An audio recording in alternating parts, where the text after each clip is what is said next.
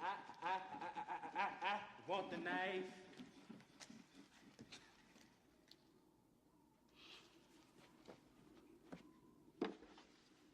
Let him ask again.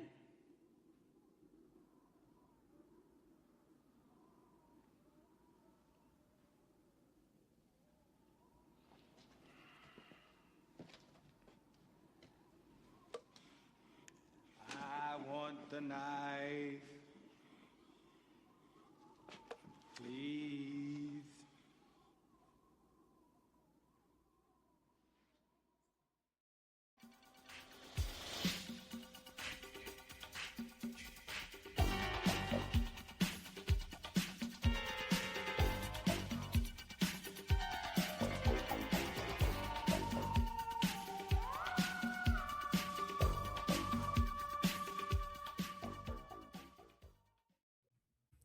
Welcome back once again to Chopping It Up. This week we have a very, very special episode as we continue on with sled season in full effect here. All sled all the time. Get all your sled heads together and listen. We are covering a couple of absolutely classic horror movies. No, absolutely not. These are sled picks.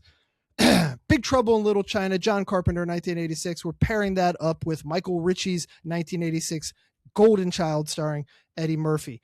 I really don't know where to begin with this. Sled, I'm going to let you lead off. How in the heck did you come up with this pairing? Are these even horror movies? We've been fighting about this for 2 years now. Let's hear it. I mean, they're definitely only fringe horror movies. But I love Big Trouble in Little China, and I do think it has horror aspects to it, not the least of which is that it is directed by John Carpenter, right? So, yeah. And I've been trying to think of something that would pair well with it that would really make sense. And then the other day I was randomly, I was just cruising around on, I think it was on Prime at the time, looking for something to watch. And Prime knows what I like to watch, I guess. They got their algorithm dialed in. So The Golden Child popped up on there, and I started watching it. And, I hadn't seen it in a while. And I was watching, I was like, holy shit. I was like, this is the fucking movie to pair with Big Trouble in Little China. I just started thinking, there's a lot of cast, that are in both. There's shared themes as far as an American person dealing with Chinese, putatively Chinese. I don't know. I've never done enough research to know how legitimate any of this is as far as actual mythology. I'm guessing not. But in theory, you've got maybe dabbling, but you've got, a charismatic American dealing with interacting with this Chinese sort of mysticism and just, as I watched it, I felt like there was more and more kind of parallels or things you could compare between the two as far as different ways that it was done and stuff like that. So I was like, fuck, this is the movie to do. And so I suggested it, and here we are. I was going to say, I will say, I know Joel's on mute now, but I'll take the lead on it. So I was watching the Golden Child. Well, so I was watching the Golden Child. I had not seen, I don't believe in my whole life I've seen from start to finish Big Trouble in Little China.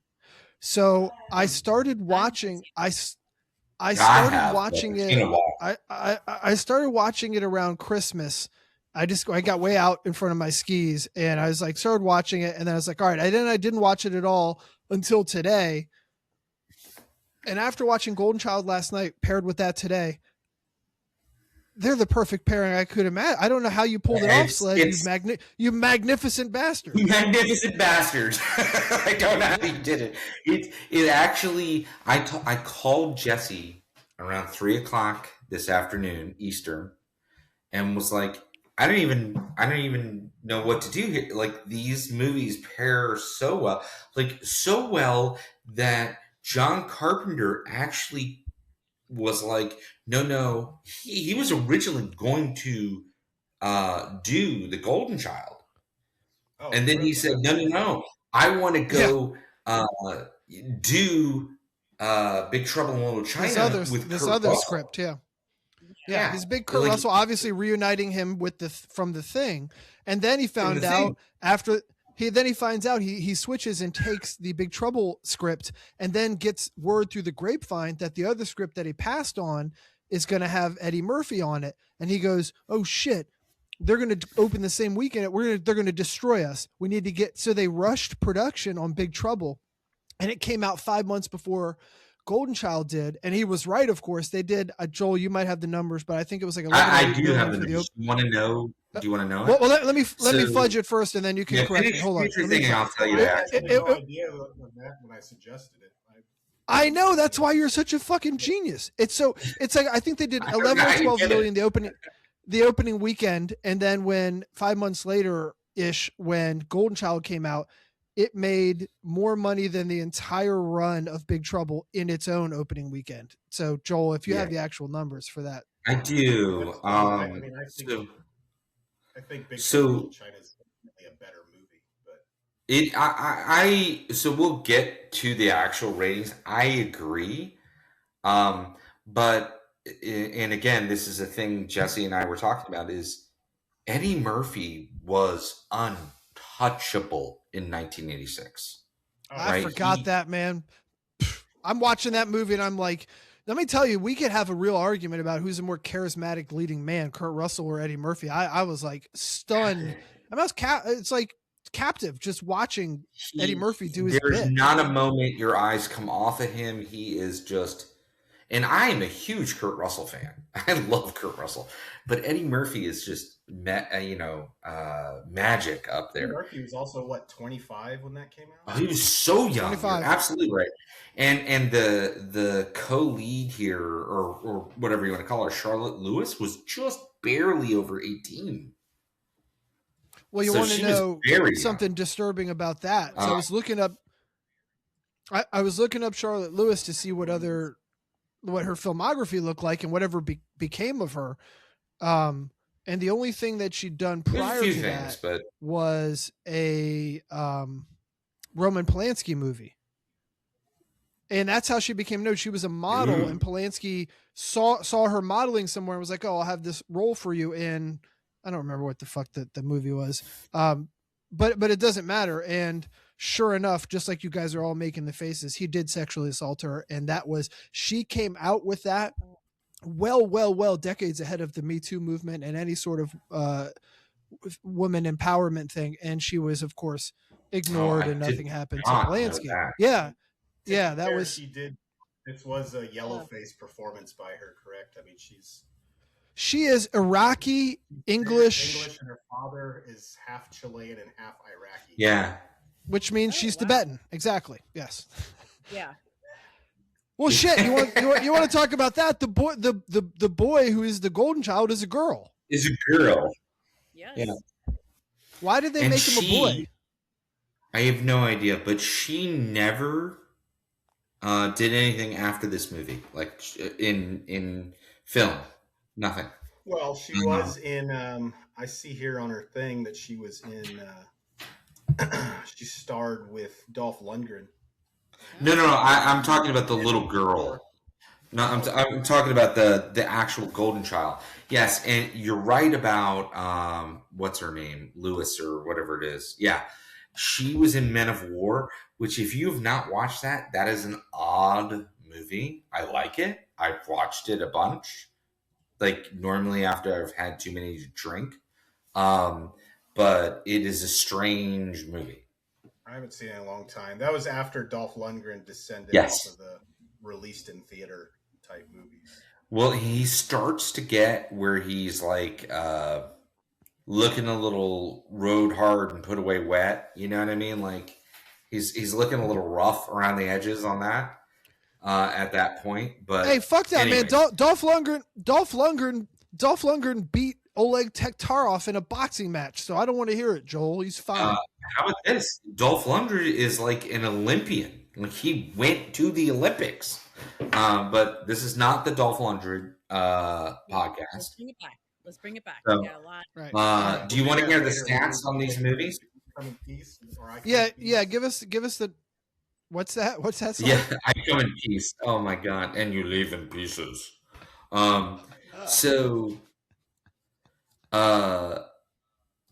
Big Trouble in Little China had a pretty goddamn big budget for 1986.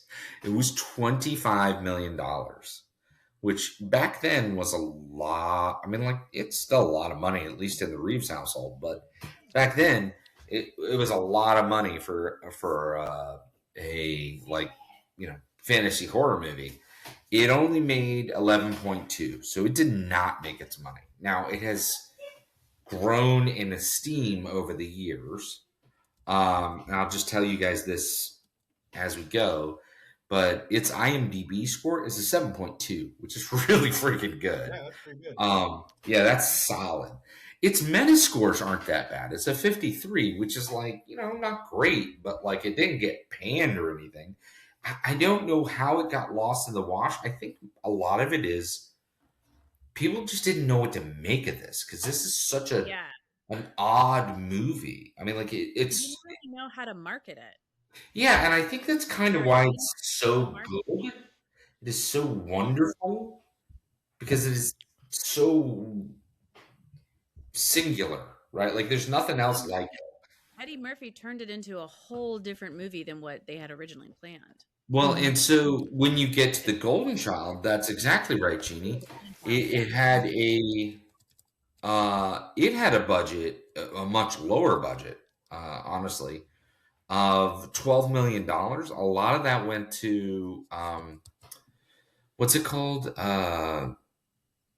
Something Light and Magic, right? ILM. I can't remember. Light and Magic.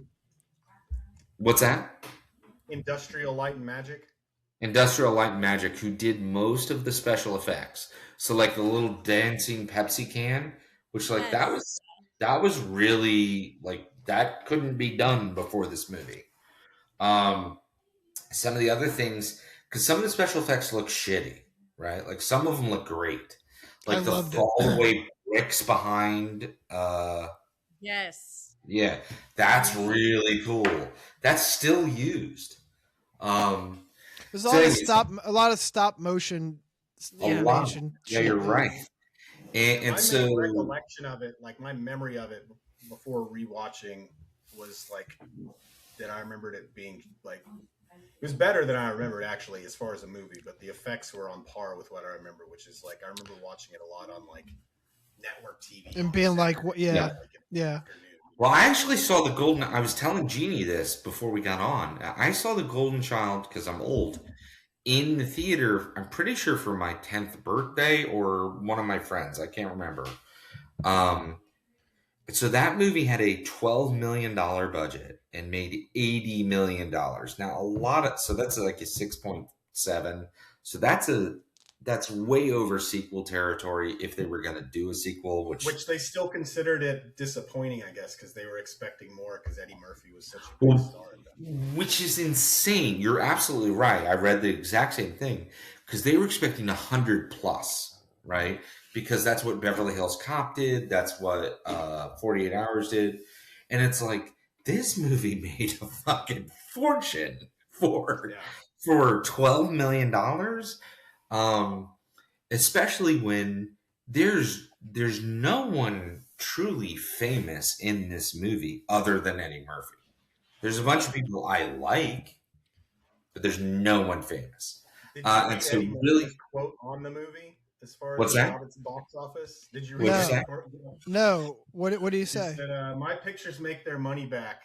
Oh yeah.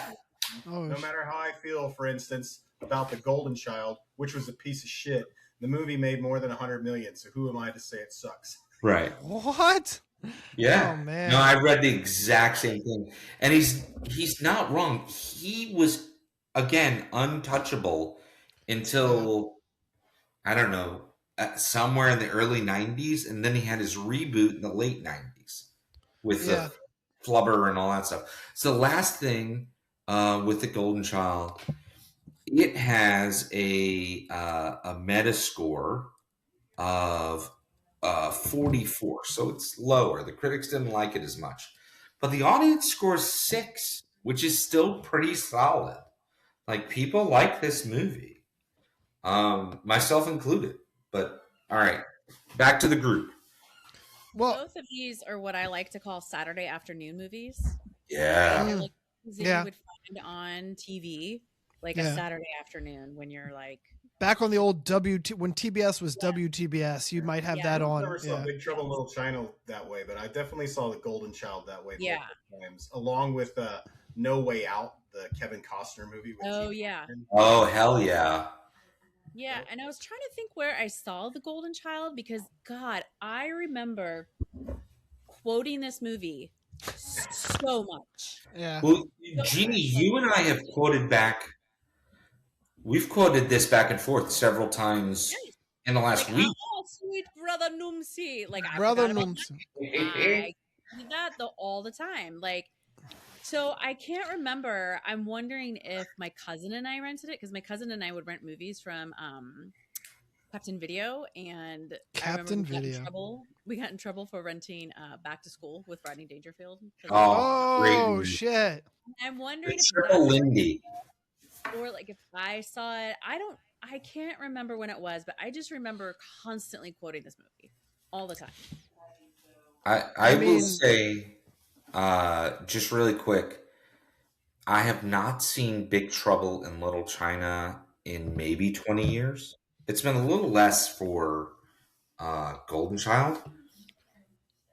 Big Trouble is a goddamn fever dream, right? Like Big Trouble That movie- actually lunacy. Big Trouble actually, and I liked it a lot, Sled. It gave me, I feel like, and I didn't get too deep into my research on it. I wasn't able to find anything, but I feel like a lot of stuff was dropped and they sort of, like, I think that Carpenter probably had like a 3-hour movie ready. Oh yeah. Yeah. Because when I watched I mean, what was Joel? Does anyone know the There's a lot of running? mythology in it. Like Oh yeah, Yeah. I know the runtime. Yeah, it's like an hour 40. That thing. It's like 137. Yeah. Yeah, it feels so much longer, and I don't mean that in a bad way. I just mean like there's a lot happening. It is a rambling, loosely Almost knit immediately too. Yeah, but before we get too far afield, I know we were talking about cast and stuff. Just talking about this overlap and Sled, I assume you didn't know this either when you picked these two. Originally picked out for Russell's role as Jack Burton in Big Trouble. Clint Eastwood considered for the role. Jack Nicholson. And you ready for the third one? Eddie Murphy. I mean, it's just it's uncanny. Pulled it off. I don't think Clint Eastwood would have been a good fit. Do you know who could have pulled? Do you know who could have pulled it off? But I think he was probably too young at that point. But I could really see it. Actually, if you do a remake of it, here's who you put in there. Joel, you ready? Go. Bruce Campbell. Yeah. He could have done it. No, Sled? The Evil Dead guy? Yeah, but you're not an Evil Dead. You've never seen Evil Dead, right? And you hate it. I know. We watched You hate the it. second one at your house, I think, when I came to visit. No, we watched The Lighthouse.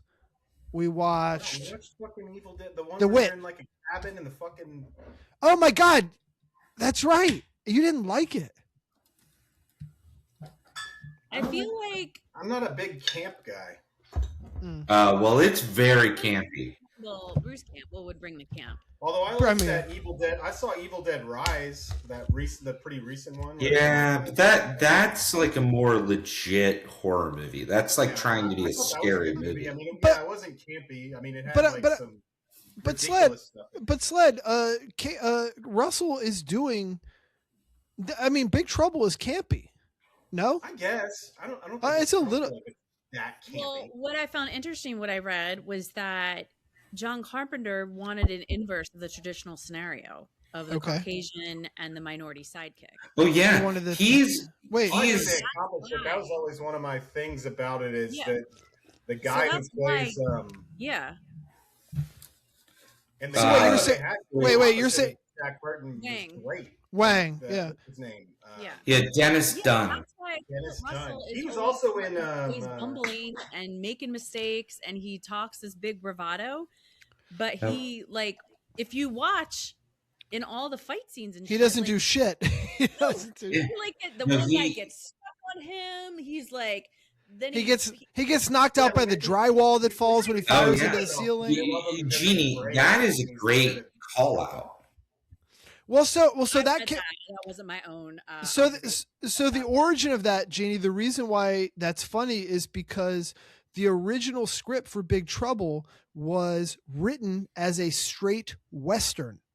Now, yes, so what Was it becomes set of in the that West, or was it like supposed to be a modern Western? Or modern Western, and the deal is when you see Jack Burton, he's got saddlebags, right? He's got him Yeah. over his shoulder, like a fight, and his truck was supposed to be his horse. His horse was supposed to be stolen originally, right? That shootout at the OK Corral type shit in the San Francisco alley, right? Where the so it two wasn't warring, supposed to be a modern Western. It was supposed to be set in the 1800s then, or something. right? Something like that, yeah. And so like that whole thing goes to it, and Russell is doing essentially he's doing a John Wayne impersonation the whole time. He's doing He the John does. Wayne He bit. You can does hear actually his cadence. Yeah. his voice. There's a hitch in his voice in a certain pitch that he hits. He's doing it. He's doing his John Wayne bit the whole time. Yeah, And he's like, he's definitely emoting with his voice as far as it's like a very cadenced, like when he's on when he's talking trash CB. on the CB. Yeah. It's like it's Yeah. very like the Pork Chop Express. Now, I've never seen it before. I like that aspect of it where they had kind of flipped it, and I was also reading that like the execs didn't understand that. So that's what you do. They were like, and they were mad about it. They didn't want that. That's why they added the lawyer scene. Yeah, because they didn't Yep. want Russell to be portrayed like that. Well, you can tell exactly what I was about to say. That's in post. What Jeannie just what Jeannie just mentioned is in post production. They went back and filmed that scene before the credits, so that they could mythologize Kurt Russell's character, Jack Burton, as the hero, which is like antithetical to the entire movie. Wang is the hero, you know. Yes. Yeah. Well, and he's the one who actually Darkness with John Carpenter, by the way. Yes. Yeah. So can I tell you a couple other crossovers? The Not two Wang, big but ones. The guy who plays Wang. Right. So I know who you mean. Dennis Dunn. But so the three big crossovers. That's actually my grandfather's name and my great grandfather, Dennis Dunn. Really? So James Hong. That's fantastic. Yeah. I was like, what? Dad Hong's you guys hear me? uncle. Dad Hong's uncle, who we went to high school with. Dad Hong. Shout out Dio, baby. Pound for pound, the best football player ever play at Seneca Valley High School. So James Hong, who is, this is how I had to relate him for my kids. He is Poe's dad in the Kung Fu Panda movies. Lo Pan, right? Yeah, Lo Pan. Okay. His name is James Hong. So he plays James Hong, who the plays voice James of Lo Pan. Yeah. So James Hong plays the voice of the goose in all of the Kung Fu Pandas. And he's also famous for the Cartwright bit in Seinfeld and a million other movies. He is also in The Golden Child, so he's in both. He's still alive. Yep. Yeah, he's like 100 years old. Like he is, I think, God bless him, I believe he's 99 or 101, some shit like right around 100. Like he'll probably outlive me. I believe he found a green. I believe he found a green-eyed chick, and he's just going to be immortal now. I think that's probably green-eyed girl. He's never going to die. So the other one, who is one of my favorite like character actors, is Victor Wong. So Victor Wong is not only in both the Golden Child and Big Trouble, but he is also in Prince of Darkness, which we're going to cover not too long. So that's two people from Big Trouble that are in a future episode of ours. Yeah. Victor Wong's also in Tremors. He would do at some yes, and I loved him in Tremors. He's the shop owner. Yeah. Now, he passed away in 2001. I looked it up. Because I was like, surely this man never can die. Right? Like. Oh shit! I just realized something. I watched all of What? Golden Child last night. I had a cold, so I took some cold medicine. A lot of cold medicine, actually. I didn't realize Tex Cobb was in that. Yes. Yeah. Tex Cobb is So- the special friend who is Yes. like, Yeah, The one I kept thinking it was John C. Riley, but I was like, "There's no way." no, Yes. they put prosthetics. he on does him. look like John C. Yeah, no, but it looks Yeah, like I was John like, C. it's Riley. just- there's no way. There's no way. There's no way. The other person we have not talked about is Charles Dance, who is the elder. He's in Last Action Hero as the bad guy, but he's also the elder. What's that? In Brother Game of Thrones. Numsy. Yeah, Brother Numsy. He is the elder Lannister in Oh my god, you're right! Game of Oh, Thrones. yeah. I mean, Holy shit, you're right. He's Papa Lannister. Yeah, So- Charles I never saw Dance- Game of Thrones. Honestly, Charles Dance, I think when that movie was made, was only 40. And I that's feel like Whoa. crazy. Well, that Dude, was we're 40 years oh my god. That was 40 in Oh the my God. 80s. That was 40 in To the me, when I 80s. look That's at it, different. even in that movie, although when I rewatched it, I was like, actually, he looks a lot younger than I remember watching. He it does. as a kid, and I was Like the difference is none of them drank water, right? Like none of them hydrated. So It's what Jazz Jit always says. There was no sunscreen. There was no fucking. They smoked 2 Nothing. packs a day. so like they're all fine if they just drink some water. Widow's Peak. So I cannot believe. 8-year-old Michael watched that, and it's like, oh, this guy's old as shit. But then Yeah, this guy's old as fuck. Yeah. Yeah. Not that old. Like, Yeah. I just have such vivid. I must have watched Golden Child during pivotal time because I felt I have such vivid memories of like just the movie Yeah. and the characters and the people. Well, I don't know. we were like 10 or 11, right? Like right around there. Yeah. At least 3 of us. Michael, you're a little younger, so you were probably like a little. I mean, I was yeah. 6 when it came out, or Yeah. I was almost 86, 7. So 9 or 10. Yeah, but I mean, like, Did it? Yeah, the release it was December of '86. oh, then it was my birthday, Jeannie, because I'm a December baby. It was absolutely my birthday. I went to see Golden Child. Holy shit! So I just want going back to what I said. Actually, I realized I had notes on it here. The Zoo Warriors from Magic Mountain is a movie Carpenter was influenced by, similar to a lot of standard kung fu flicks with all that wire work and stuff. The screenplay was originally written as a western.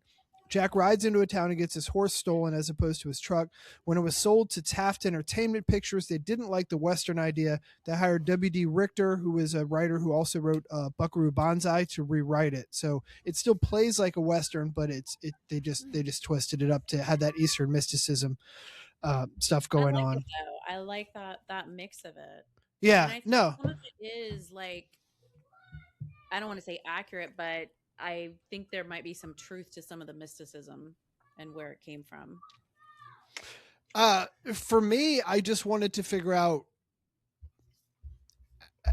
how. I mean, both of these movies are across multiple genres, right? They're action That's adventure. what I was They're about to ask is like, did you come away at the end thinking it was more or less horror than you were? okay. thinking when you- So here's what, and we still have yet to come up with a consensus on a working definition for horror, which I won't even bother to do now. But I did say that, or I did think that ultimately I come down to they are not one clean, neither of these movies are one clean genre, right? They're genre mixers.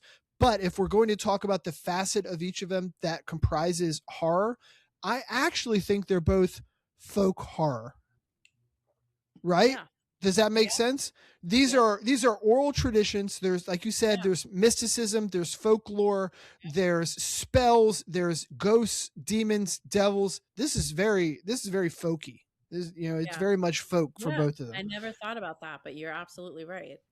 And there's monsters, and there's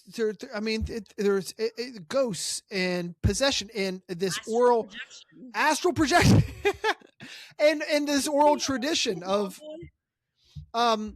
No, I thought it was great. They matched up well. We've already been through how around the end of the world, right? Isn't that kind of the thing? It's like well, evil's trying to take over the world.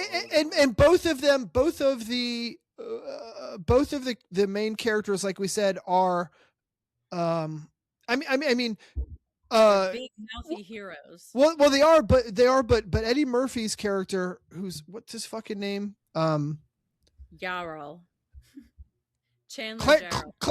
Clarence Chandler Jarrow and Jack Burton are both the chosen one, right? Eddie Murphy's character is chosen. He's the guy. He's the only guy who can fix this. Jack Burton is too. At the end, he catches a fucking Lopan, throws the knife at him. He catches it in his hand, throws it back at him, right in the fucking dome, dead. He's chosen. These guys are touched. Yeah, that is literally the only he hits. The only thing he does. Yeah. Yep. He hits on that. Oh, it's all the reflexes or whatever he says. He says that 2 or 3 times.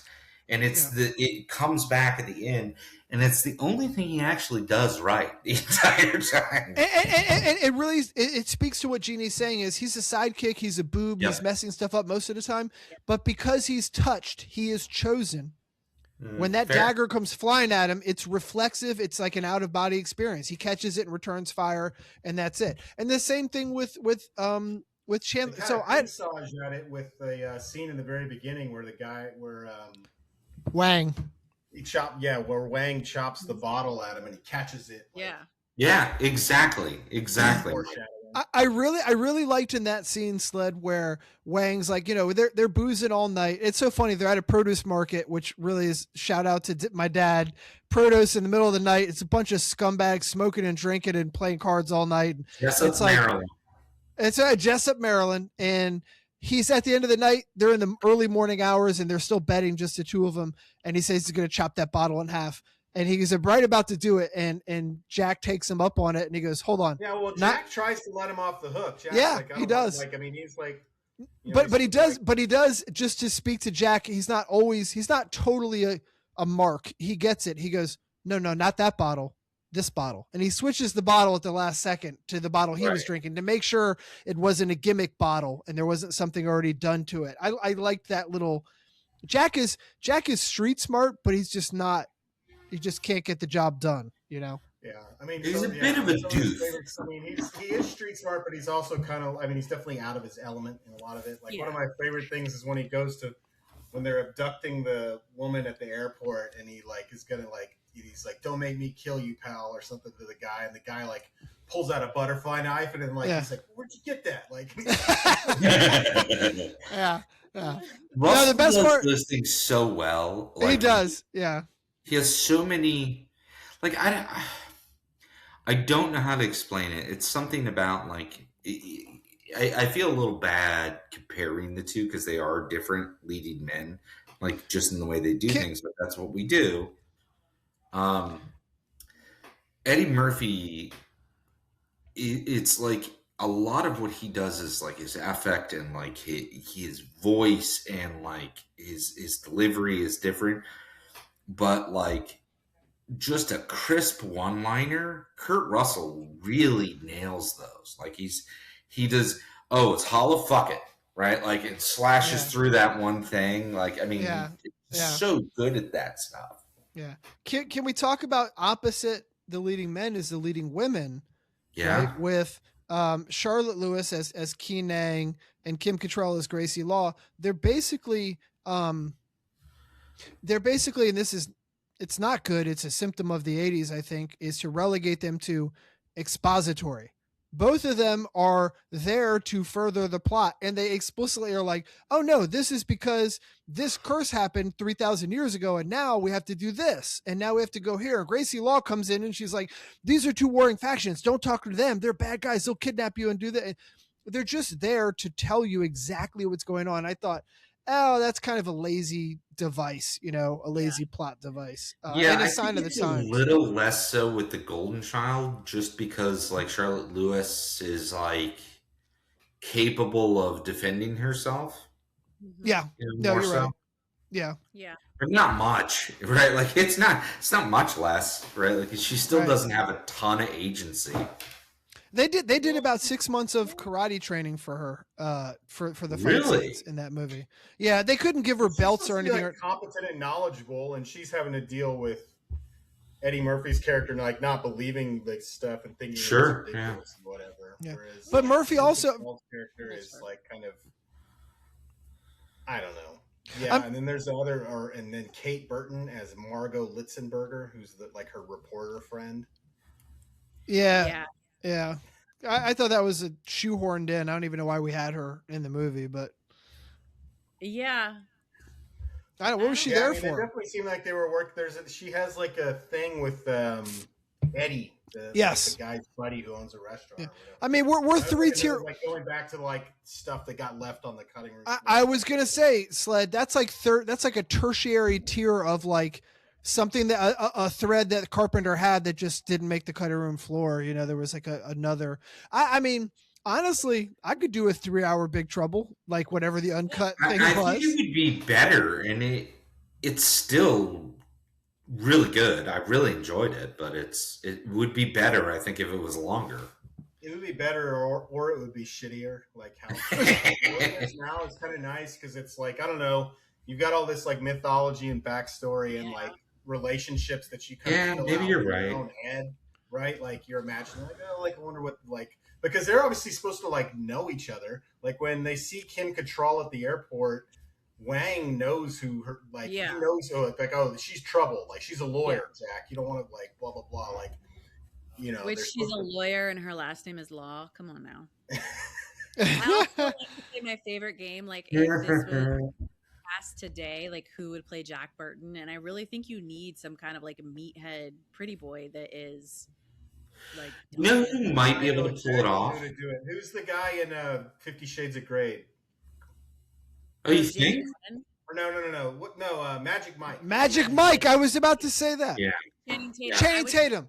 Yeah, he's actually Tatum. I could do it. I think. Very self-aware. Like I could see him playing the part. Yeah, I think the other one who might be able to pull it off is what's the one of the Chris's? Not the one who plays Thor. Who's yeah. Because he's kind of like I've seen him in roles where he's a bit of a doofus, and like that's what you need is someone who's like Love and Thunder is, I mean, or not Love and Thunder, Ragnarok. Yeah, absolutely. He's tripping on his cape a little bit, right? Like, but there's not many that could pull off Kurt Russell, stuff. I had, they had originally cast Mel Gibson. They wanted Mel Gibson for Kurt Russell's. Yeah. Well, that was going to be more of a straight up. Wait a second. The psychotic. Oh no! I fucked that up, Joel. No, you're right. I was about to have a breakdown. Yeah, no. I messed it up. Mel Gibson was originally supposed to be the Golden Child. That's right. But I thought you were saying he was originally cast for both, and I was like, well, that's it. I'm going to lose my. He sees the future. I did have a couple things. That I wanted to talk about as far as overlap. And one was like the physical geography of like West Coast, California, San Fran, and LA stuff that was prevalent in both, and the transmogrification of human to beast and beast to human in both, like the demons and how these people were like shapeshifting in both, going from a human form to a non-human form. In both, and it was disorienting, but there was always an explanation. It was like a different world for each of these. I think some of that is like, well, one, I do want to mention one more cast member in a minute, but I think it's a bit of like these movies have a lot of fantasy tones. Yeah. Right? Like, and because of that, you get a lot of like, like you say, transformation from one, I don't know, being form, to another. One being, one form. Yeah. And just stuff like that, right? Like,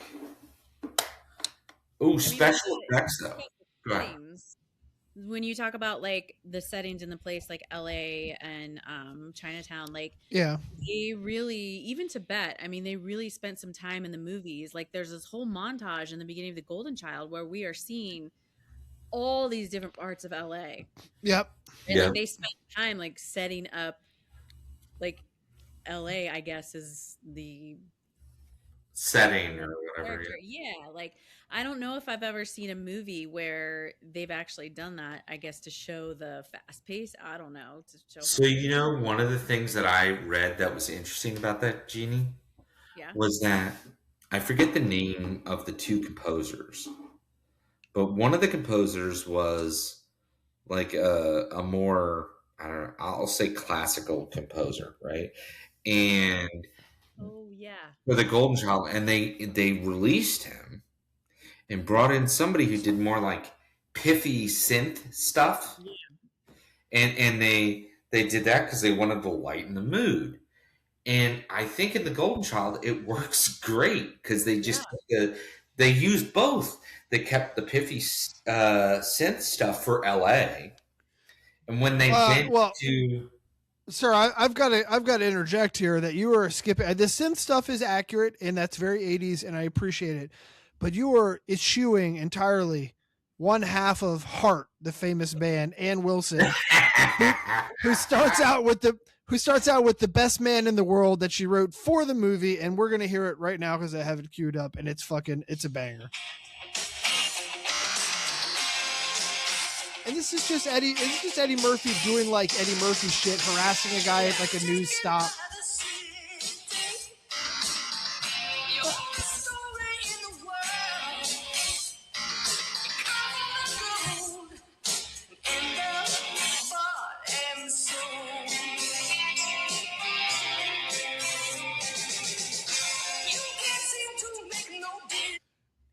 I mean, if that's not the most 80s shit you've ever heard in your life, I don't know what. Oh, it's quite up there, right? Like I will say I just saw for Big Trouble the theme song Big Trouble in Little China was performed by the Coupe de Villes, which is a group consisting of Carpenter alongside his friends Tommy Lee Wallace and Nick Castle. Nick Castle is who played Michael Myers. Well, he is. So that's exactly right. Like Carpenter pulls a credit on this movie as the composer. So he did the same shit with the Coupe de Ville. So do you remember in Halloween? Aren't they listening to the Coupe de Villes on the radio in the car? Mm-hmm. There's a song from the Coupe de Villes that comes on the radio in the car. I feel like I remember having this conversation when we did Halloween, just discussing how every like movie star wants to be like a. All these things when we do, like they want to be a rock star, and these people want to be like it's like they're all. When we it's do, the same. It's the same shit with. It's want to be movie stars, and the movie stars want to be. And the corollary, the common corollary is every rapper wants to be the athlete, and every athlete wants to be a rapper. That's what it is. Believe me, when we go do Prince of Darkness, it's going to be John Carpenter's synth again. You're going to hear, and it's awesome. Every day and twice on Sunday, I'll listen to it. I love it. Here's one more cast member. Okay. So you know how for the Golden Child, there is like a demon behind Numsy, right? Yes. Well, so that demon is voiced by Frank Welker. And if you don't know who Frank Welker is, he's the guy who did Scooby-Doo for 150 years, plus every goddamn voiceover you've ever heard in Transformers, Legos. And Inspector Gadget. Inspector Gadget. Yeah. He's Dr. Claw. He's Dr. Claw. Yeah. And how about this? The voice, someone I listened to, I don't remember who it was, but it's not my thing. Somebody else caught this. Almost the exact same voice he uses for the devil in The Golden Child is the devil in the movie The Spawn. Right, like with the live action one with the live action one that he voices the devil in that, and it's almost the exact same voice. And again, do that. We should do Spawn and Blade, Jesse. oh yeah, that'd be all fun. right. Fucking, I've never seen either, but yeah, all right. Actually, The the vampire. Spawn Blade's a cartoon lot of that fun. they had on HBO is better. Like, it's like, if you want to do a horror cartoon, the Spawn. Like, Which one? on HBO is pretty good. The Spawn. Oh, the cartoon Spawn they had- series. Yeah, the Spawn series is good. I think it eventually. I don't think they finished it, but it was pretty good. No, they Well, did like 2 seasons, I think. Yeah. To your point, Joel, I do think it's interesting, though. Again, another common thread that connects both films, that Brother Noomsi is some sort of demon who has a direct conversation with the devil, right? Or Yeah. what we're led to believe is the devil. And Noomsa, and David Lopan, who is also a ghost, has a conversation directly with a demon or some Something. Some higher power. devil-like creature. Right. They both are like liaisons or like Vessels or vessels or vassals even, right? Of demons or devils. And it's interesting that way. They're both trying to take permanence and get form for Earth. And they both have different ways of doing it, right?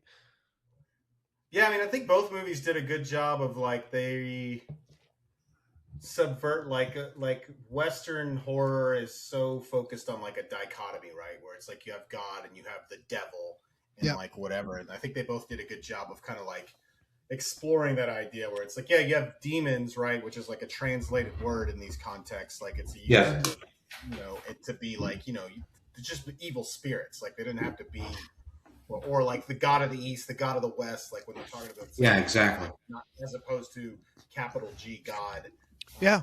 This is a sprawling landscape of figures and interplay in a universe within a universe. This is not much more like it's not a binary like you're like we set up here in Western civilization. No, they would. I mean, subtext wise, I mean, they never even they don't make any efforts either to like figure it into how does this make sense within, like Christian theology or, Judeo-Christian mythology. No. Or anything. Like, they're very much just like, this is a real thing. And it's like, people don't, it's like they start, even in Big Trouble in Little China, they start off with that really good scene in the beginning with, is it Victor Wong? Where he's talking to like the guys interviewing him, and the guy's like, "What do you tell?" Like, and he's like, and he does like he's like, it starts off very small. Like, I don't know, but I feel like the scene was really good. Like the way they did it, like, and it's just like, yeah, they don't want to believe it, but it's like, I don't know.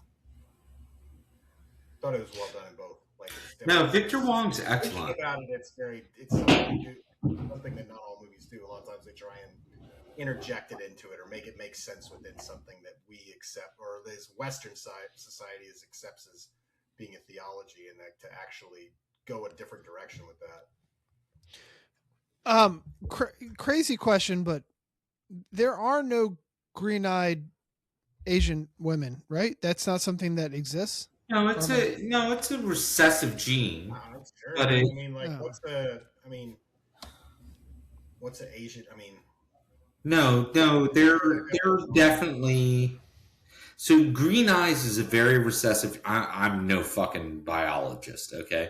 But green eyes is a very recessive gene, but it can occur in any group of people.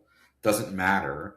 It's just math. The least common colors of eyes in general, but it's also like when you're categorizing eyes, like we call eyes like they're like 5 different colors, right? So we got brown eyes, blue eyes, green eyes. Yep. No, it's actually there's like my wife has greenish eyes, but it's like really it's all a million different little gradations. Yeah. Yeah, I mean like hazel, which is not very common. I mean, green eyes are the least common, like as far as what people call it. Like, well, both Kim Cattrall and Charlotte Lewis, Susie Pie. I'm sorry. No. I'm talking about from just. I'm sorry. Just from Big Trouble, both of them had to wear green contacts. I mean, couldn't they have just found an Asian woman who had green eyes? Then Mao Yen didn't have green eyes. No. No. I Um, just looked up oh, now. Yeah, the lady, she was the Penthouse Pet of the Month in January 1981. Oh wow. did There you go. Born so in just Toledo, Ohio. oh god, Jesus, what? That's on that would not have been any of my first 100 guesses. So Oh, I'm me? confused. That was my top. That was my I'm top. confused. I'm Although confused James about. Hong, who plays Lo Pan, he's born in Minneapolis. Sure. Wow. Oh shit. What is so when they're at the airport, right? So I had a little. I'm just so slow with the fuck. I mean, the plot was all over the place in Big Trouble, right? So Jack wins nothing or double, as the as Wang says, and ends up giving him a ride to. They're going to get his money wherever his money is, but they have to make a stop Back at the his place, airport. so he's like, oh, he needs to go pick up his Need to go pick up. His Okay, bride? his would-be Now bride again. from the airport, right? That's right. And then they get to the airport in this roving Asian gang from Chinatown in Was that the San. Wing Kong, or was that the? There's the Wing Kong and the. There were the rival factions. This was a third, basically like a essentially Chang tantamount to a Sing. biker gang, The Chang Sing and the Wing Kong. right? But Like no, the those were Wing the two. Kong's the ones No, in red. no, those were the two in the alley. This is a Yeah, third but they're- gang. Those guys are supposed to be part of that same gang. I think. No, I thought he gave them a different name. They're a different entity. Because they're in the alley, like sitting on their cars and shit. They're not even part of that alley fight that happens. They're just like Jack and Wang. Those guys are yeah, I mean, I don't know. Maybe I'm. Well, I well, always that- assumed they were because connected. that's really No, germane those are the to. Lords of Death. That's right. The Lords of correct. Oh, yeah, Right. yeah. So separate from both the rival Asian factions. So But my I thought point, they were connected to the other faction, because the one faction is connected with, because they're in the like hideout thing, like the red. right. But guys let in me red. let me just get there, and then you can sort me out. Is they show up at the airport, and as it is explained later retroactively in the movie, the one guy who's with Gracie's girl, they have that thing going on or whatever. He basically says, "Oh no, they were just out for like joyriding, looking for a woman to like kidnap and sell randomly at the airport." And so I'm like, they randomly were gonna kidnap Gracie's female friend who got off the train or got off the airplane, but then Jack jumps in and fucks everything up, and they end up snatching Wang's girl. They were just randomly out to traffic a woman. Is that what we're to believe? I don't understand. What? Well, it was before TSA, Jesse. So So were the Lords of Death running? They weren't the ones. Were they running the prostitute, the brothel then? Because That's they a good took the question. women Right, to the right. brothel, right? I And think then so. The Storms showed up. And Right. And what is the Storms role? The Storms work They're for like kind of like, Lopan. I don't know what you would call them, like Storms. verges or whatever, but they're like kind of like, I don't know, they're like spirit, like not gods, but they're like semi, I don't know, like They're not The deities. Storms just fuck shit up. Dude, That's all I get. They're I like tell you what, elemental beings. They're almost like like they're like, yeah, right, like elemental beings. They all have Yeah, some- it's wind, I mean, one electricity. guy's lightning, obviously. Who, What's- if you ever played Mortal Kombat, they definitely ripped Yes. off. Yeah, looks just like a Raiden. Raiden, yeah, Raiden was my guy. Well, I'll tell you what, the one of those three, So the one guy who they don't really, the sword guy, who's also in the Golden Child. Yeah. I was gonna say one of them's in both.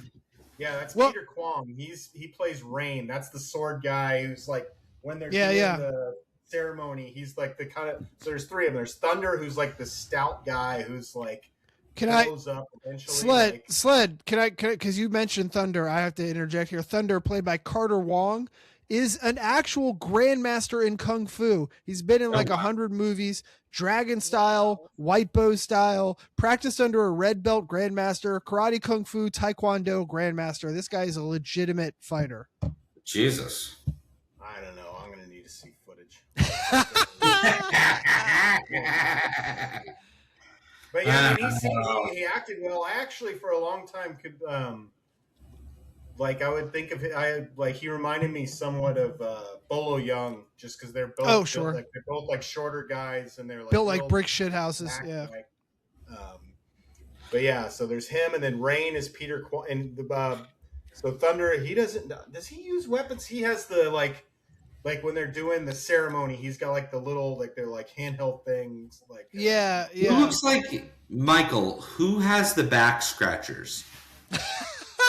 I think Peter Kwong has those. That's why, like, when they all land there. Yeah, they're like spinning. And he's like look at all the center. I was like, that's the least intimidating weapon I've ever seen.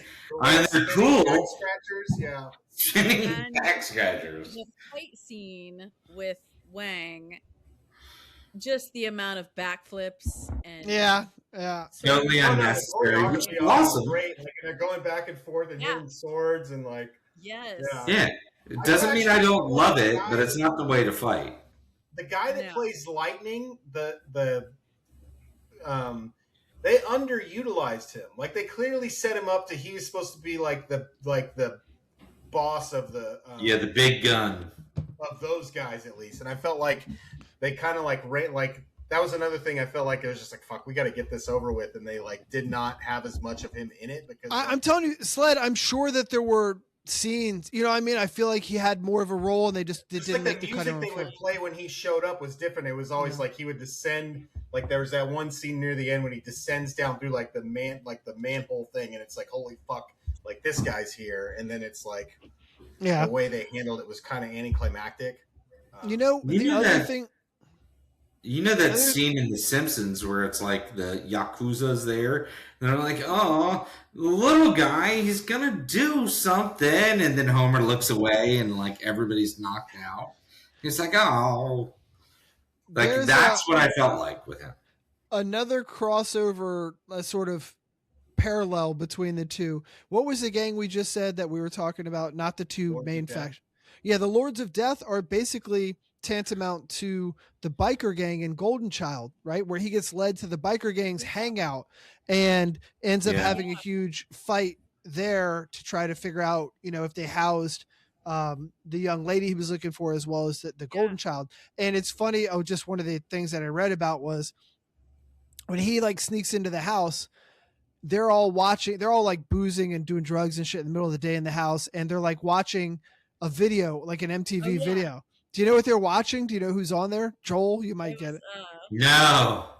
It was Rat Body Talk, right? Oh, yeah. Body Talk. Let me hear your body. And what's really funny is, do you know why that was on there? Because Eddie Murphy was a big Rat fan and was like, I want that playing while I bust up the joint. I thought that was fucking hilarious. Eddie Murphy's just like, yeah, put Rat on. Make sure Rat gets some play on this. And in that same fight, he got punched in the face for real, and he was like, "Oh my god, like we have to use this." And then they did a take where he gets fake punch in the face, and they used a fake punch because it looked more real than the real punch that actually landed on his face. So he was like really upset that they didn't use the real shit. It sounds like he was a bit of a prima donna, like from what you were saying, Sled, the quote on him and his general attitude toward it. It was really weird that he was already being offered so many. I think they were already trying to get him to lock in for Beverly Hills Cop 2. And there was a quote I read that called it like Beverly Hills Cop in Chinatown. Yeah, sort of like that, and it's like, it's weird that he was being asked to do so many things. That's around the same time that he was like dabbling in music. I'm using my air quotes here when he was doing. Oh, all the time, party all the time. Yeah. That was the song I thought you were going to say. That is a bop. Yeah, that's fucking. I love that song. All right. He also did "What's Up with You." That's another one. Yeah. But like, no, he was like so popular that he didn't know. He could do anything. Trying to figure. Yeah, he didn't know what he wanted to do because anything he did would have been fucking great. He was like, I don't know, I can make money off of anything. Maybe I'll do music right now. And it's funny that he signs on for this like a cross-cutting, non-specific genre movie with no other fucking names in it at all, right? It's actually fucking lightning in a bottle in that sense, right? Like it's you couldn't do it again, right? Like no agent would be dumb enough to allow it to happen. Well, because they as I said earlier, because I'm trying to find it. I read that because they cast him, like it ended up turning into a comedy.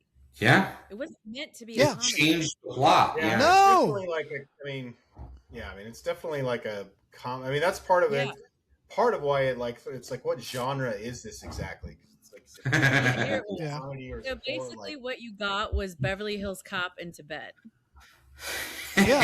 And I'll go ahead, Jeannie. Sorry. Oh no, I was just Well, saying that the movie was drastically changed by Paramount after the first test screening. It was a very interesting script with a lot of resonances, but Paramount basically chickened out when they first screened it. It was a very different sort of film for Eddie Murphy. Yeah. Which Yeah. is why they added a lot of the Eddie Murphyisms and put them into the picture. So they took out a sumptuous, weird, and beautiful score by John Barry and replaced it with something more funky. Yeah, that was that stuff we were talking about. Yeah. Yeah. Well, they had, they gave him such free reign that whatever the script was during these interactions, he would have free reign to sort of riff and do his comedic bits. So, when she hands him the scroll by the basketball court in LA and he's just like, oh, that looks like a big joint. Are you going to smoke this big joint? You're good. Be careful. No Rastafarians jump you and smoke this joint. And it's like, he's just doing a bit and they were just leaving it in like left and right throughout the whole movie. Cause he, like Joel said, he was on fire. Like he could do no wrong. And it's funny. He turned down a role in Star Trek 4 to do this movie. Oh, the one with the whales. The Voyage Home. Yeah. I love that movie. Universe where he's in that Star Trek. God damn, I want to see that. No, That is amazing. like Eddie Murphy is like a ridiculously talented guy. Like, I mean, He really is. He's an anomaly in the sense that, like, I've seen him be in serious roles. And he's fucking great. Yeah, I mean, he did that one where he played the guy who made Dolomite. Like, and he was like. Well, he also did. I forget the name of it, but it's basically he plays James Brown, right? It's not James Brown. Candy Cane Lane, which is a really great holiday movie. What's that? Candy Cane Lane, which is a really great Christmas movie. I have never heard of that. Yeah. Really but he can sing a little, also. Like, I mean, he's the music he made was not great, but he can sing. Like, it's not awful, right? Well, yeah. you got to think about the calculus of the guy going into it, like we said, with essentially no supporting cast, and then his director is Michael Ritchie, and you look through. Michael Ritchie has done Bad News Bears and Fletch, right? Which are like Fletch was a hit. We like them now, and Bad News Bears is. Everyone knows Bad News Bears, but that's what you went for. And you just like, and then reading this plot, and he thought this was, I don't know how he thought this was going to hit. And of course, he was like, this is a winner. Yeah. Some of it, and you're like, if you're in your early 20s and 25, yeah, you're getting all these offers, there's definitely an aspect of it where it's like, well, fuck, I'm going to take on everything, because it's like, I don't like, you probably had I can do anything. People who are smart, like, it's like, hey man, you don't know how long this is going to last. You're going to be hot for like whatever. Like, you got to make hit this shit. Yeah. And at a certain point, obviously, he's famous enough to be like, okay, like this is going to last. But it's like at that point, when you're young, it's like, yeah, get your money while you can, because it may be, everyone's got their 15 minutes. Maybe it's in the budget was $12 million. I don't know what percentage of that went to Eddie Murphy, right? My guess is quite a lot, right? So, I guess my point is, like, somebody wrote a significant check and probably promised him points on the back end, right? Yeah. And so, like, this movie made $80 million. He probably got a chunk of that, right? Plus his salary. Well, we haven't talked about it much, but one of the big juxtapositions between the two is, like, Kurt Russell, who is, like, he's a really good-looking, like, white guy with a ton of charisma, versus, like, being willing to ride a lot of money on Eddie Murphy, a young black guy who's, like, on a money. Yeah. So how the two of them are approaching that as far as, like, what they're going to do and stuff, like, I don't know. That's like a pretty big gamble. Like Eddie Murphy was. I mean, I think it's hard to emphasize how big of a like star he was. Like, yeah, I Yeah. mean, we've touched on a little bit in the '80s. It's like, you know, like Mike Tyson and Eddie Murphy and Michael Jackson. That's kind of like the '80s like black like triad of like big stars, Yeah. big guys. Well, I think that's fair. And what you're getting at, I Him think, and Tyson Michael, were is both very young. They're both like in Yeah. their early 20s and already super famous. Both from New York, like East Coast guys from New York City. Like, And not famous like normal famous. Like Kurt Russell's no, like, famous. you can't fucking go anywhere famous. Like- I don't like Kurt Russell. God bless him. I don't think he's ever been as famous as Eddie Murphy was famous. Like, No. And Kurt Russell has had an amazing career and is an amazing actor, and I love him to death. I think he's great, and I'm sure he's rolling in money. But Eddie Murphy was so famous he couldn't walk down the street anywhere in the world for a while. Well, and I think what you're getting at, especially at that time in the mid '80s, with Tyson and Murphy and those guys, these guys were transcendent, where race was something that held you back. If you were not a white guy as a movie star, you were supposed to appeal to a very specific, discrete audience. But the fact that Eddie Murphy, via his stand-up and his movies, was suddenly transcendent and cross-cut. Because the studios want to make money, right? Like That's right. They don't like any risks. So he was big enough that the studio was still like, okay, we'll gamble on this just because like he was that big. Yeah, it's not like the studios aren't racist. They're just more capitalist, right? So they'll go, we'll park the racism for the capitalism, right? Like, so if the money's good enough, they'll go, yeah, we'll throw the guy forward who's, you know, of color. And like Eddie Murphy brought everybody in. Everybody thought he was amazing. There was an interesting. Funny to think about that because we talked about the Golden Child being financially, technically, such a success, but like they still were like, they still thought it was trash. Like, what was the success threshold that you had to meet because of that? Well, I mean, I can look it up, but I mean, like Trading Places was big as shit, and 48 Hours was gigantic. Another 48 Hours was even bigger. So I had a question about. There was something we are sort of getting at it with this racial interplay and how America operates. And in The Golden Child, it's said at some point about Eddie Murphy's character, quote, "Those magnificent Americans, so much power and so little understanding what to do with it," end quote.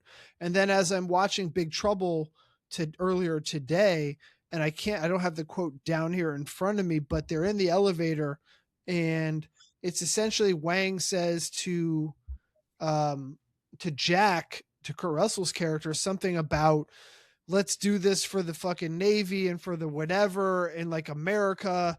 Do you know what I'm talking about, Sled? Do you remember that? Yeah, no, exactly. You know, because I remember reading, I was like, it was interesting. I mean, I think that was one of the cool, like one of the things they didn't do it is like, or that they I felt like that was supposed to emphasize is like, even though Wang, I'm just a poor old Chinese boy from San Francisco, like he still believes in like American ideals. Like he's actually a San Francisco guy. Like he's not supposed to be from China. Like he's like, he grew up in Chinatown, is whatever. Yeah. It's like, he's an American. Like, I don't know. Like I thought that was, Yeah, no, and that's what's interesting is that he. Yeah, there's an element of nationalism and patriotism that crosscuts both films, and that Wang is. Yeah, he'll jump back on. He's had issues with this laptop He's on tonight. a Chromebook.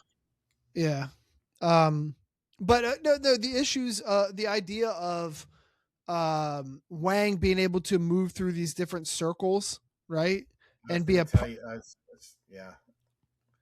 Here's to the Army and Navy and the battles. There it is. Here's there you to go. America's colors, the colors that never run. That's right.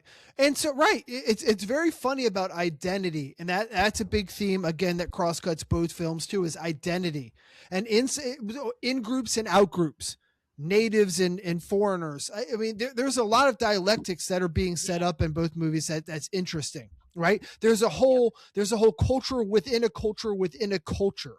In America, San Francisco, and Chinatown. That quote of "the colors that never run" is like, that's probably supposed to be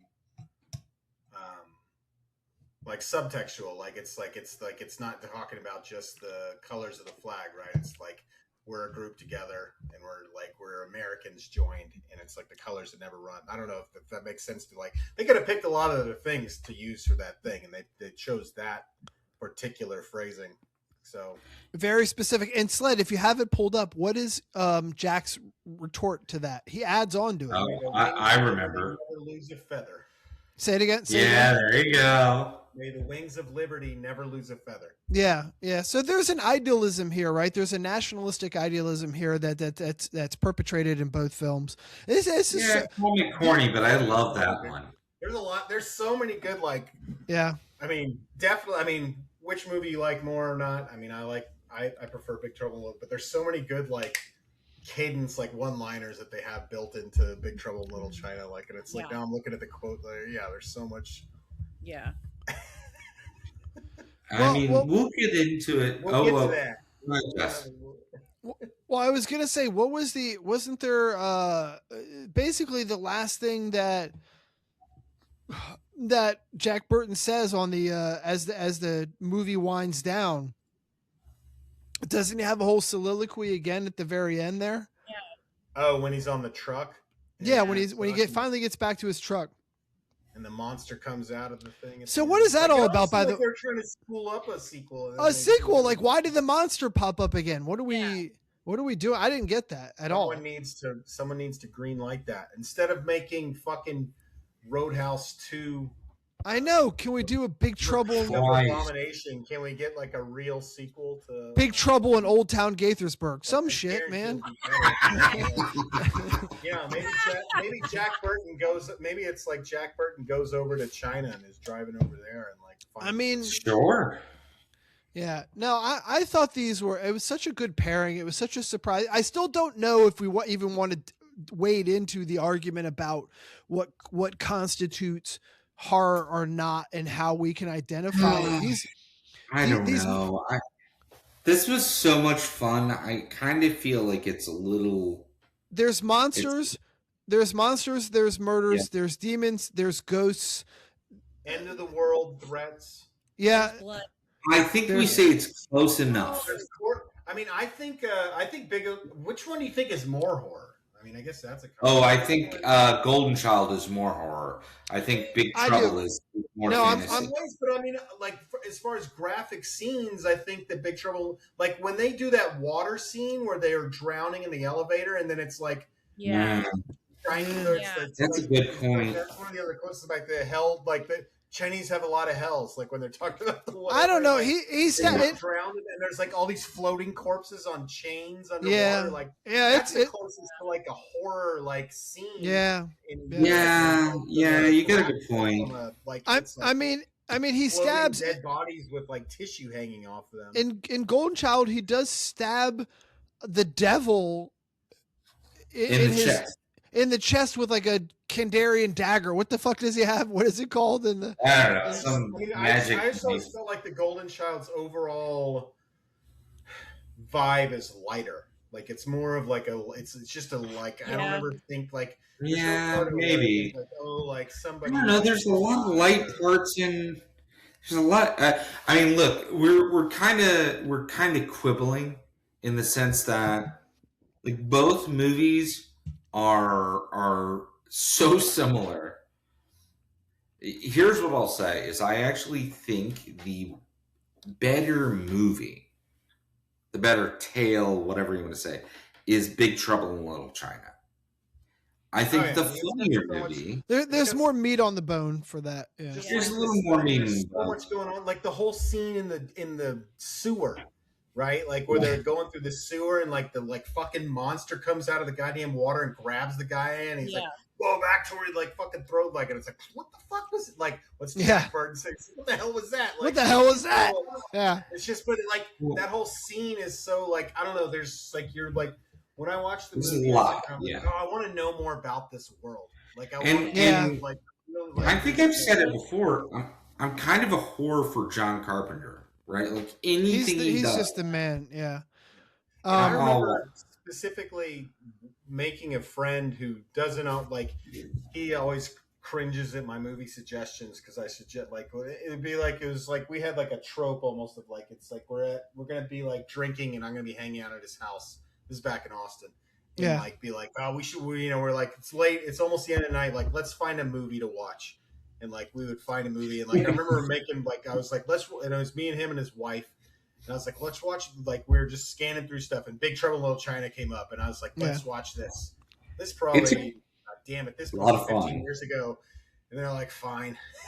Right. And then we watched it and like they're both like, I like that movie. Like that was like coming at it like they both like fucking liked that. Like it was like I mean, Carpenter is a goddamn genius, and Kurt Russell is an amazing actor. I don't think The Golden Child works with the tone that it has with anyone else other than Eddie Murphy. Yeah, that is the knock on it. It's just a different movie. But like with both of them as they are, and I wrote this down as a note. Both really weird, transgressive movies that thread the needle of reality and magical realism. You know, that's a sentence, isn't it? You float between. Put that on our description. Was that all right, English major?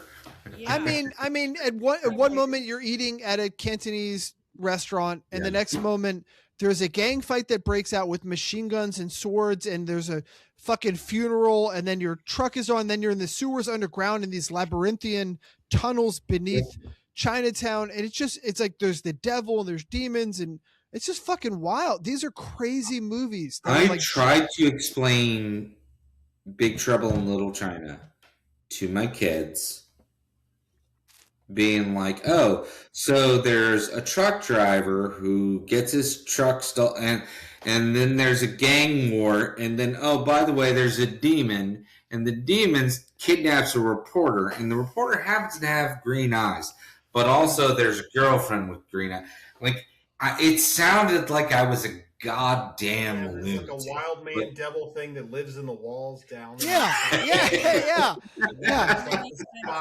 Like it's orb, like mind orb thing, like a gazer. Like I'm thinking back to like D&D. Oh, and then there's a blowfish for a man, right? Like, I don't. I mean, go ahead. I was gonna say, I don't want to bring this whole conversation down, but yet another similarity that cross cuts. I mean, there's human trafficking in both, right? Like, in Big Trouble, they're trafficking women, and in Golden Child, they're trafficking like children. I know, but they're really preying on the guys who are going to that. You know, those guys are otherwise good fellas. And it's not Jesus Christ. Oh God, Joel, what's the bit that we? What? Cancel good people for one. You went mute. I didn't hear it. I heard what's the bit. I'm not serious, of course, obviously. What'd you say, Jess? Jesse. To quote COVID times, you're on mute.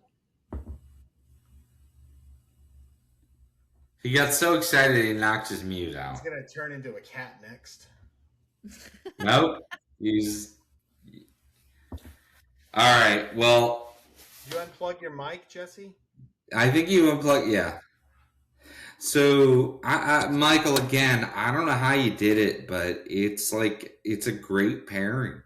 Yeah, I gotta... Yeah, I mean, I think, I was surprised, like I said, like it was like when I would watch The Golden Child, it felt like a revelation, like it was like, oh, this is the I mean, really, I was looking for a movie to pair with Big Trouble. Jesse doesn't want to do this thing, so I was like trying to find, so I was like, gotta fucking do Big Trouble in Little China. And then once I saw, like, yeah, I mean, they're definitely like, I will admit, they're definitely fringe horror. Like, they're not scary. Yeah. Yeah, but I mean, like close enough for us to talk about, right? Like, Although when I tried to watch, I put on The Golden Child the first time I tried to rewatch it. My daughter was there, and she yeah. made me turn it off. Like she thought it was. I think my 8-year-old would be scared of Nunzi when he becomes a demon. I mean, Sled has earned himself some cachet here. I think going forward, we have to pay attention to this guy. He's apparently got his finger on the pulse. Yeah. I gave it shit, man. Oh, I guess I go Big Trouble. I'm gonna give a 3.999 out of 5 meat cleavers.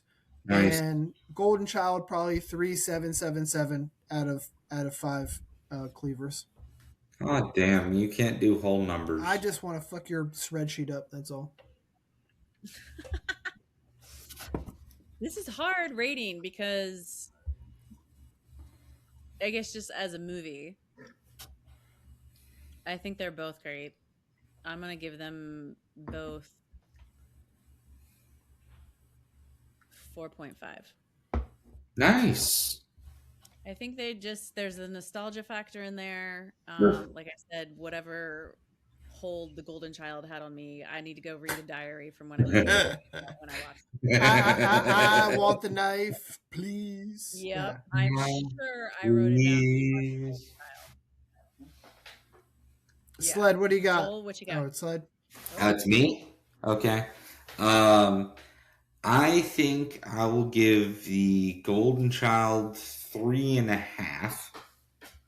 I think it's really good, but like I think I will give Big Trouble a 4. It's to me it's a more well-rounded story, but I enjoy both. Yeah. Sled, what do you think? This is Yeah, no, I'll go the same. 3.5 for Gold Child, 4 for Big Trouble. I mean, I really like. If it was scarier, I would give it higher. I really like Big Trouble, Little China. I think it's a Sure. great movie. I think Yeah. it's super underrated. Maybe one of the most underrated movies I know of. Like when you play. Although, I mean, Michael, I will say I have read a lot of stuff where people are talking about it being like very well thought of. Yeah, now I think retroactively people have come around on it more, but I think at the time. At the time, I don't think it was well thought. Like, right? I don't think people. Yep. Even now, I mean, maybe people who are into movies think of it as being like, oh yeah, that's actually a good movie. But I think it's as far as like popular perception of movies, I don't know if it's with your general public, known. I just think it's a really good movie. I think there's a lot going on. Yeah. It's, I mean, it's super entertaining, but I think there's just more to it. Like, there's just a lot of like, there's so many little scenes in it that are like, I feel like there's more to them. Just like some of the dialogue and stuff. Like I remember, like one of the things I always remember was like when they're like walking in the rain, and like like in Wayne, just like, oh, a brave man likes to feel the nature on his face, Jack, and like and then like the Egg Shen is like, yeah, and a wise man has enough sense to get out of there. Like it's just like they're just so like, I don't know. There's so much like interplay going on with the characters and like the stuff that's happening in it. It's just really, I don't know. There's a lot that's, everything meshes together super well. I think it's, if you watch it like and you pay attention, there's just so much going on. Like, and it leaves you wanting more for sure. You're like, oh man, I want to know more about these characters. I want to know more about what's going on in this movie. It's like you feel like you could use like we said. It's like, give me a sequel. Yeah, give me a prequel. Give me a prequel. Sure. Give me an interlude. Give me the Rogue One version of it. What's happening between this? Yeah. No, those are all good points. How did Jack Burton get into driving and doing deliveries? Yep. I want all of it. His origin. Oh my God, I could do it. How did him and Wang meet? Yeah. And you know, it's funny. We didn't really explore the relationship between Wang and Jack. They know each other well enough. It's funny. And it lends itself. My dad. Well, they're like buddies, like right? Like, Yeah. they're like legit supposed to be like buddies. Yeah, but they're not At cops. least colleagues, No, It's right? almost like a buddy cop like movie, like as far as it's I don't it's know, a weird almost relation. like Lethal Weapon with an Asian guy and a white guy, but it's and they're like kind doing of their own thing. kind of, but not really. Like I was drawing from my dad used to run a produce company, and so when you pull into China, when Jack pulls in with his truck, and there's all the sales of the produce and in the market going on there in the alley.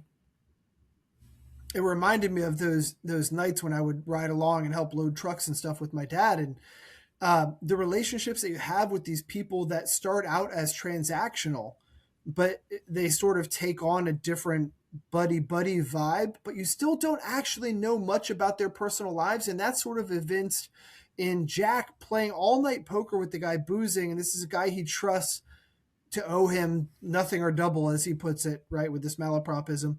But it's like, but also he's like, has no idea that this guy has a fucking.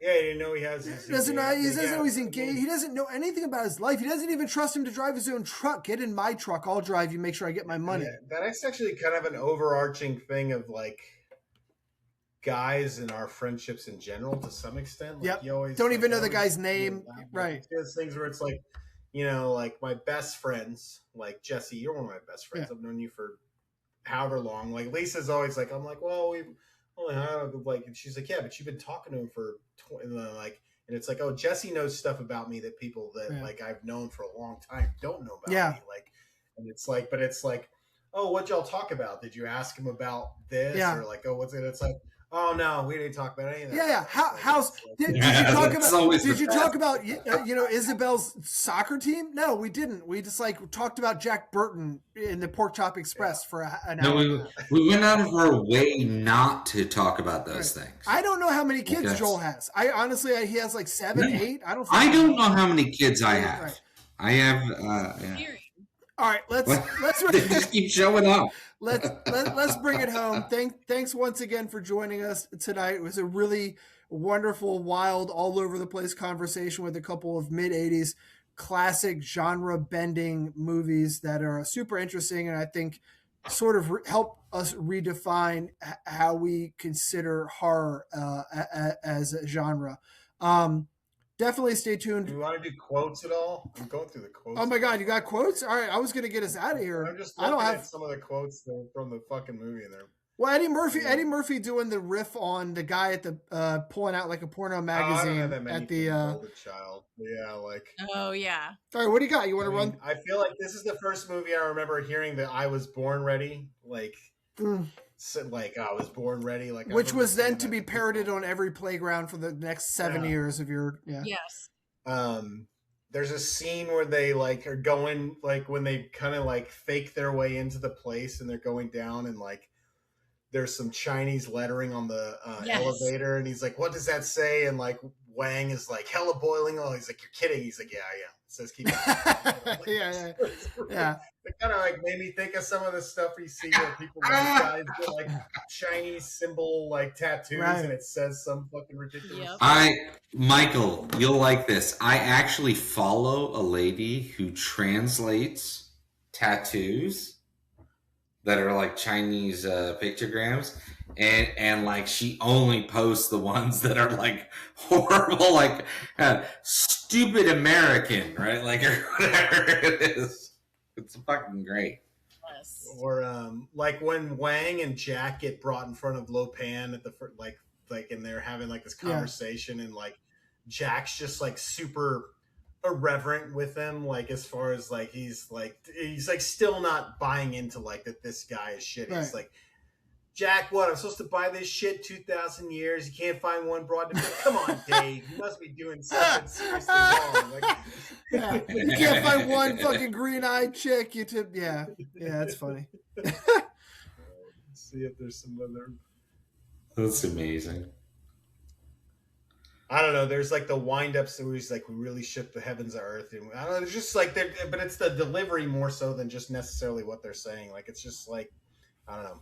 I really like some of that's just Russell, right? Yeah, that's just I mean, who he like, is. Yeah. Although, like I said, I cannot underscore enough how much I think Dennis Dunn to play across from Kurt Russell and carry it like that is a like yeah. He does a really fucking like if that dude was making movies now, he would be a fucking star. That guy's I mean, that's that guy. Yeah, he's an underplayed charisma about him to be able to be opposite of Russell Russell's like prime. to like go head to head as like the main like guy in that, and like he comes off as a badass. Like he's supposed to be a badass. Yeah. And the funny thing is he actually is a badass. Like Jack Burton's like he's like he kind of carry. I mean, it's very much a perfect like John Wayne kind of like bumble it, like how he's kind of heavy handed, like fucking like bull in a china shop guy, and he's very brave, and he managed to bring it in. Whereas fucking Wang is like he's a bad motherfucker. He fights that one dude like head on. Yeah. Like he doesn't have like some thing going on, right? Like he just fucking has a sword. Yeah, there's no supernatural powers that he's able to take advantage of. He's just in there in the mud and doing all kinds of shit. Like it's like and he pulls it off. We're like this guy like, but he's also like humble. Like he doesn't try and act like he's his only thing of bravado really is when he tries to chop the bottle. Yeah. And it and it kind of like bites him in the ass. But the rest of it, it's very much like, we got to be cautious about these guys. You don't want to fuck with these guys, like blah, blah, blah. Like when they, like you even think about when they're going into when they first run into them going into the alleys, he's like, get the fuck out of here. Like, you don't want to like deal with these, like these guys are bad news. Like you got to get out of here. But then it's like, he's a fucking badass. Right. So, like I said, I think if that guy was to do movies now, like if you brought that guy in, he would, I mean, he's a good looking guy. He's like a fucking, he could be an action star. Yeah. It's like if he had come 40 years later, he would be famous. For sure. He could make it work. All right. I'm really going to get us out of here now. So thanks once again for joining us. Like I said, we do have some things in the pipeline for you, Chopping It Up fans. We have Prince of Darkness is still on the ledger for us. We're going to pull that together later this month. We have a cross collaboration with a wonderful horror movie podcast, Blood in the Cornfields. We're going to be covering Children of the Corn, the OG folk horror movie later this month. And for Valentine's Day, we have a Prime Cups episode that's going to come out, Heart Eyes from 2025. So we have a lot of things that are coming out soon. Stay tuned, and we'll talk to you next time on Chopping It Up. You just listen to the old Pork Chop Express here now and take his advice on a dark and stormy night when the lightning's crashing and the thunder's rolling and the rain's coming down in sheets thick as lead. Just remember what old Jack Burton does when the earth quakes and the poison arrows fall from the sky and the pillars of heaven shake.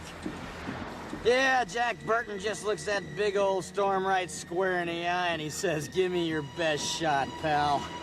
I can take it."